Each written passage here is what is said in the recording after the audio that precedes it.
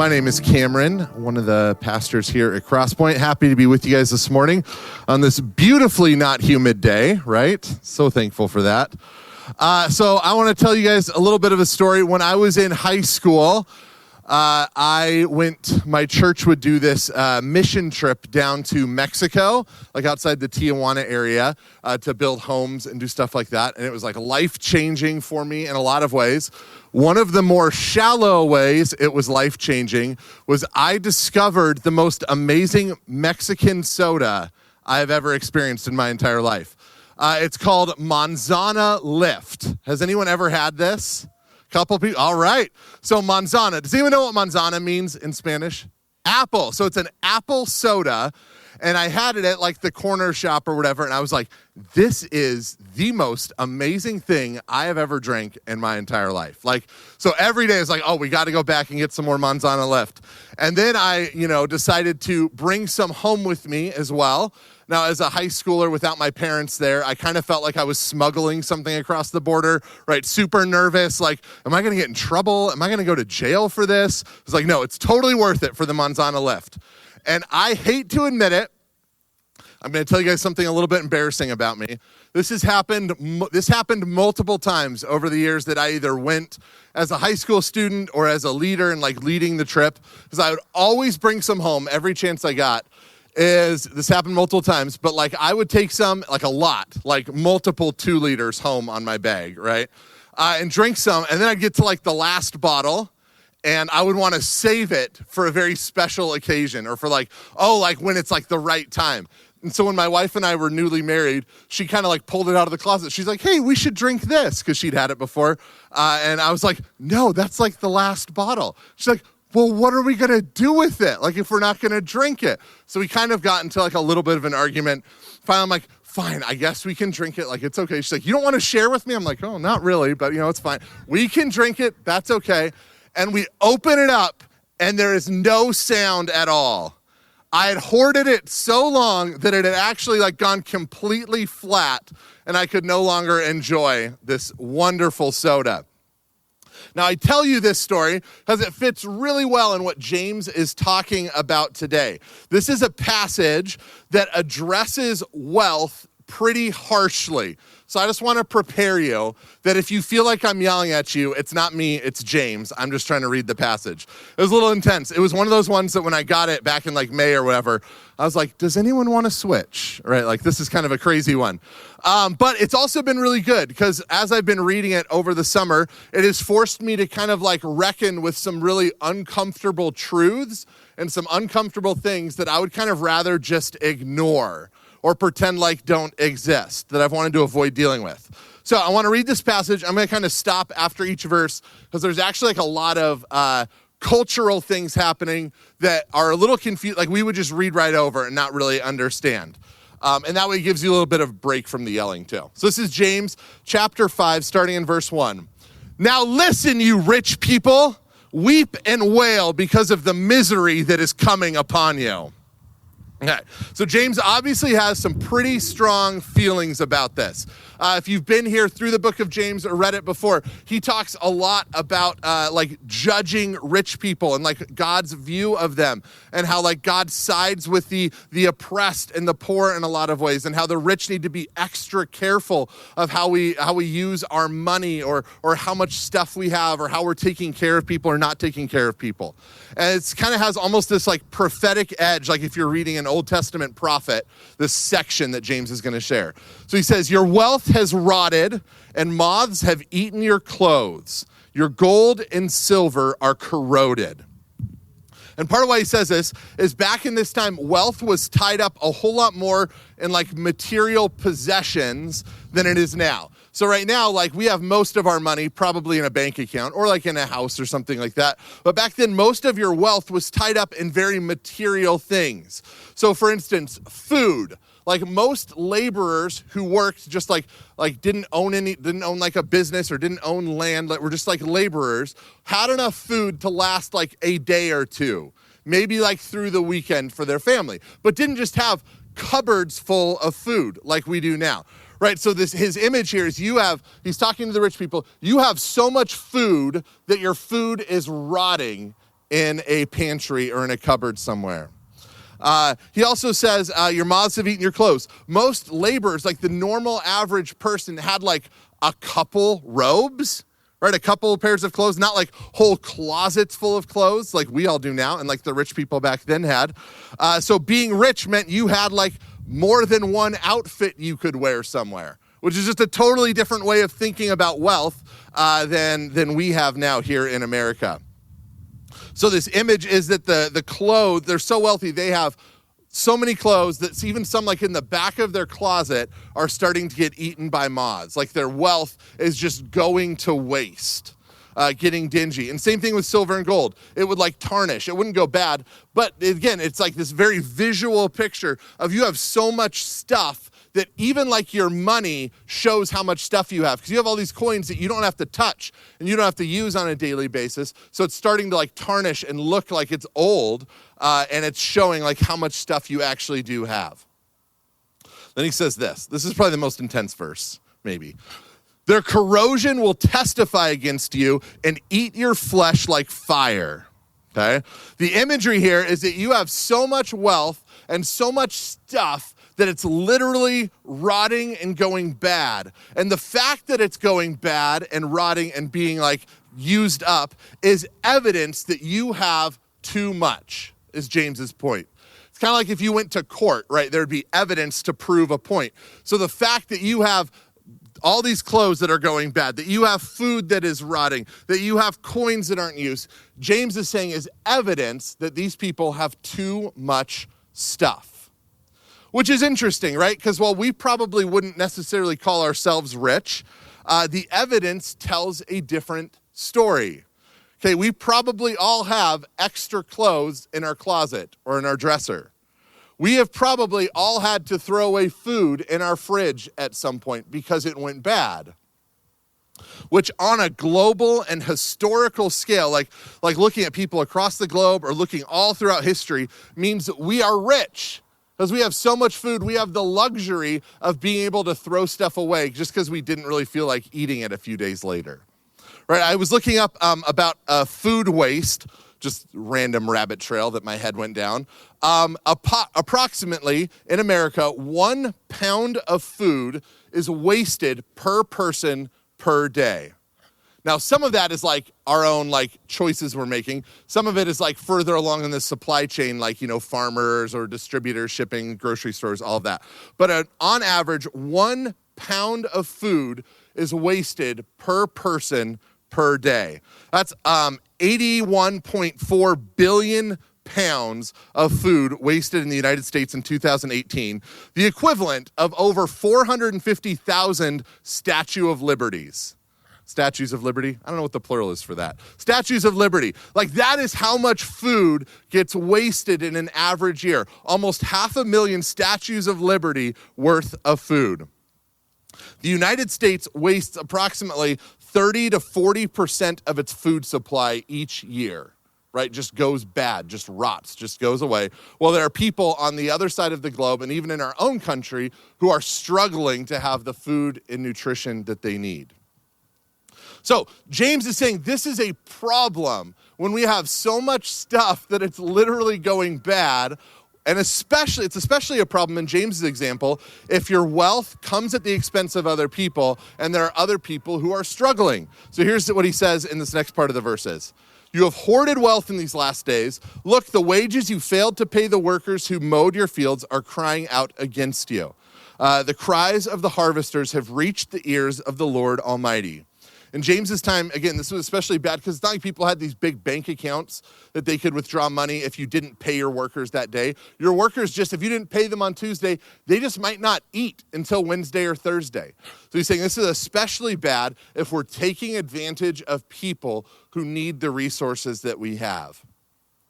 And he's also making it very clear that even if like it's socially acceptable or sometimes legal to do these things that are wrong, that God still hears the people that are struggling and that are being like unfairly treated in our world. Like God cannot be tricked into thinking like everything's fine when there's people starving on the other side of the world. It says this to end the passage. You have lived on earth in luxury and self-indulgence. You have fattened yourselves in the day of slaughter. You have condemned and murdered the innocent one who is not opposing you. So back in that day, in order to preserve meat, they didn't have refrigerators, fun fact. So it was either like dried or preserved in salt.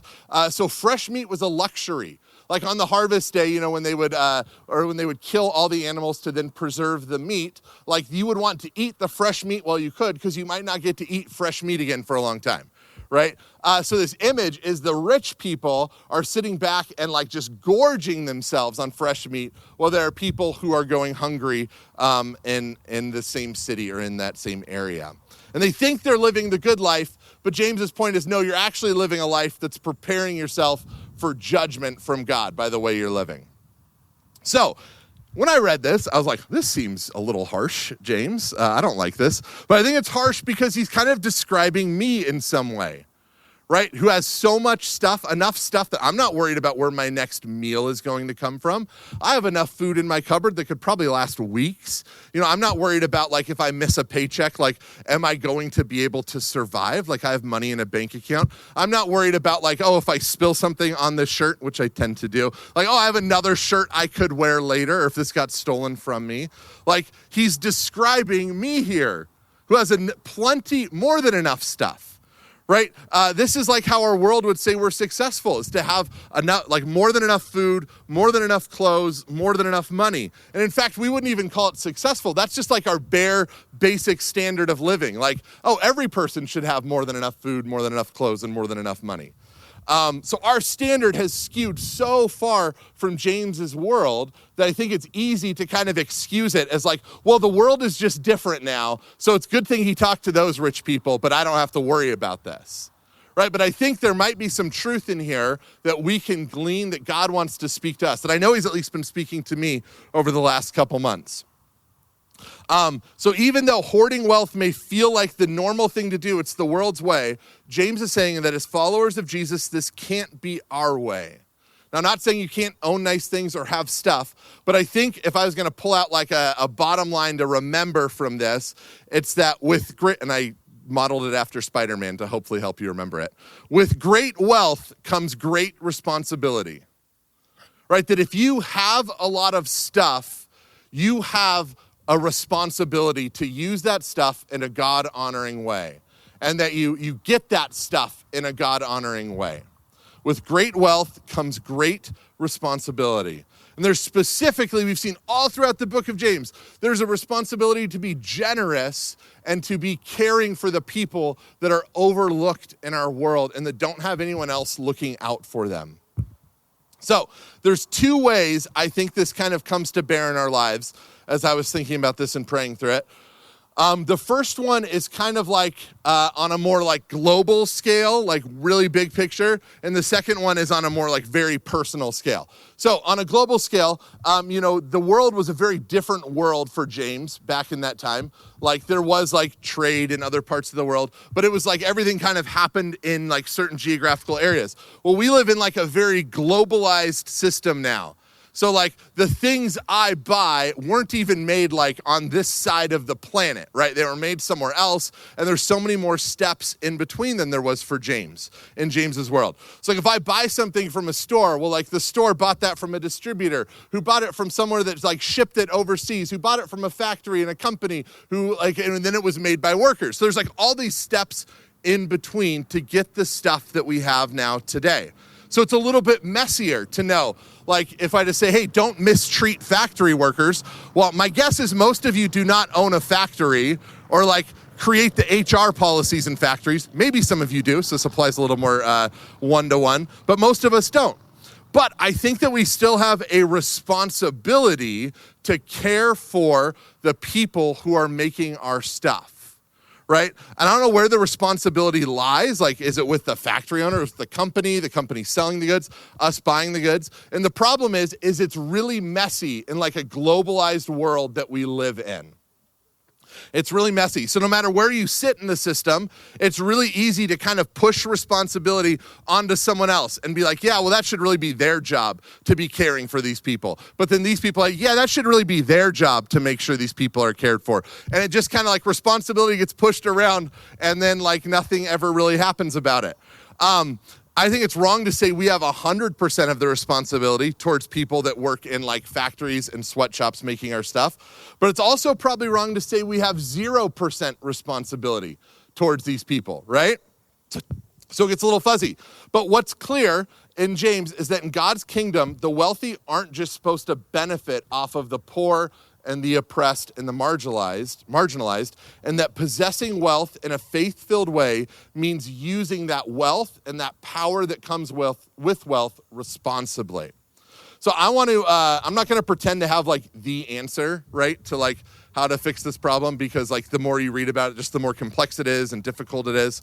But I am convinced that God probably wants us to at least like think about what our participation in this system that sometimes really pushes down people who are poor and marginalized looks like.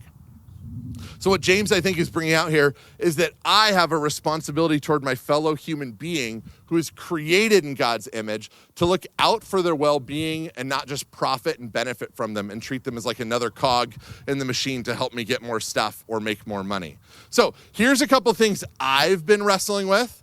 I want to be very clear that I'm not trying to like push an agenda. In fact, I wanted to avoid thinking about all of this entirely back in May, but here we are. I'm not trying to push to tell you what you should do. I just want to kind of let you into my mind and heart as I'm like trying to wrestle through, what does this passage mean for me personally? So like one thing I've been thinking about is like, there's all these reports, right, about Amazon mistreating their workers. They're like people in the warehouses, drivers, all this stuff. Like, is me buying from Amazon, which is one of the great loves of my life, right? Amazon is so amazing and convenient. But is me buying from Amazon keeping this unhealthy cycle going? Or is it like supporting something that is hurting someone who's created in God's image? Sure, I'm not creating the HR policies at Amazon, but is supporting a company that's so convenient for my life, doing what James is talking about, right? Just turning a blind eye to injustice to save some money that I probably don't need to save and make my life more convenient when my life is already pretty convenient. So that's like one of the things. Another thing is like, am I just so caught up in consumerism that I don't care how my stuff gets made as long as I get my stuff, right? I feel almost like a nervousness to investigate how my stuff gets made. It's like, if I don't know, then I don't have to like think about it or deal with it. I don't know if anyone else feels this way. It's like, oh, cool. If I don't know the things that are happening, then it's not my problem.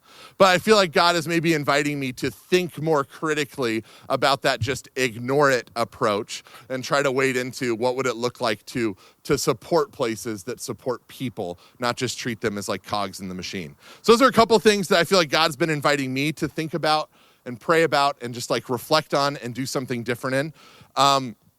So I don't know what it makes you think of, but I encourage you to press into it with the Holy Spirit and see if there's something God wants you to do and not just ignore because it's inconvenient or uncomfortable.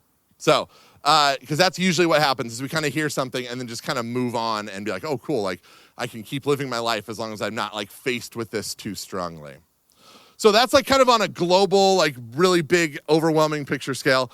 I think another principle from this passage is on a very like personal level. That while we might not like be landowners in the same way that James is talking about, I think there's like a principle here that we are supposed to treat people with dignity and respect and not just like treat them as people to be used to make our own position in life better, right? They're people to be loved and cared for. And I doubt any of you are like withholding paychecks from employees or doing some of these really like gross things James is talking about.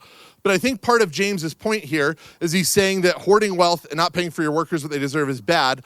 But there's also a sense in like the thing you can get away with or the thing that's legal or the thing that's culturally or socially acceptable is not necessarily always the right thing. Right? Like we live in a culture where like we love to find loopholes for things. So we don't have to actually like take responsibility for something, or we can kind of get out of having to do something uncomfortable. I think part of what James is saying is like, if a loophole makes you like treats someone unfairly or keeps you from loving them or taking care of them, if it's like against the way Jesus wants us to do things, then we should not take advantage of that loophole or that way to make our lives easier just for the sake of making our lives easier if it's going to be bad for someone else, especially someone that we're responsible for. Like, instead of looking out for our own self-interest above all else, we're called to like care for those who are below us or those who are struggling and those who are marginalized. So I would love if followers of Jesus in our community were known as like the opposite of this, right? Like, not the people who could like take advantage of things or like just get the most for our own little kingdoms, but we're actually known as people who are generous and cared for people that we're responsible for and that we're around. So like, a couple examples. One is a person from my old church who owned a business. I don't think this is being live streamed, so I didn't think I was going to share this, but I feel like I can be a little more. See, I'm always worried that if I use an example of someone from like Oregon, that they're going to watch it one day and find out. But she owned a business, and at one point I went and worked for the business. And then I kind of heard like through like other employees and stuff that it's like, oh, like she's kind of a terrible boss and is like kind of mean to people and a little bit crazy. Right? But she like is playing Christian music and being like, oh, the joy of the Lord and all these things. It's almost like, you know what? I kind of wish you weren't so vocal about your faith, because you're really giving Jesus a bad name here by the way you're like treating the people underneath you, right? Like, counter to that is there's someone in our church who owns a company, and I heard from someone who worked there, like, man, like it is such a great company to work for, like so generous, like always really cares about us as employees, and it's like, that is awesome. Like that's like a testament to who God is, who's generous and cares for people and wants what's best for people, not just best for themselves. So like, let's be a people that are the opposite of this, like just looking out for ourselves. Like, how great would it be that as followers of Jesus in our community, we weren't known as like hypocritical, we weren't known as judgmental, we weren't known as like hateful, and instead we're known as like the best people to work for, or the best people to be like bosses of, the best neighbors to have, the best coaches, the best teachers, the best parents. Like, how awesome would that be if, because we're so committed to treating others with the dignity and respect they deserve in all spheres of life, right? Not just here at church, but in like your workplace, in your home, in like your neighborhood, in your kids' like sports teams, all of that kind of stuff. That we like put God on display and show people who God really is through the way we treat people, even if it's inconvenient or uncomfortable for us at times. Because we're committed to treating people with the dignity and respect they deserve, being created in God's image first and foremost.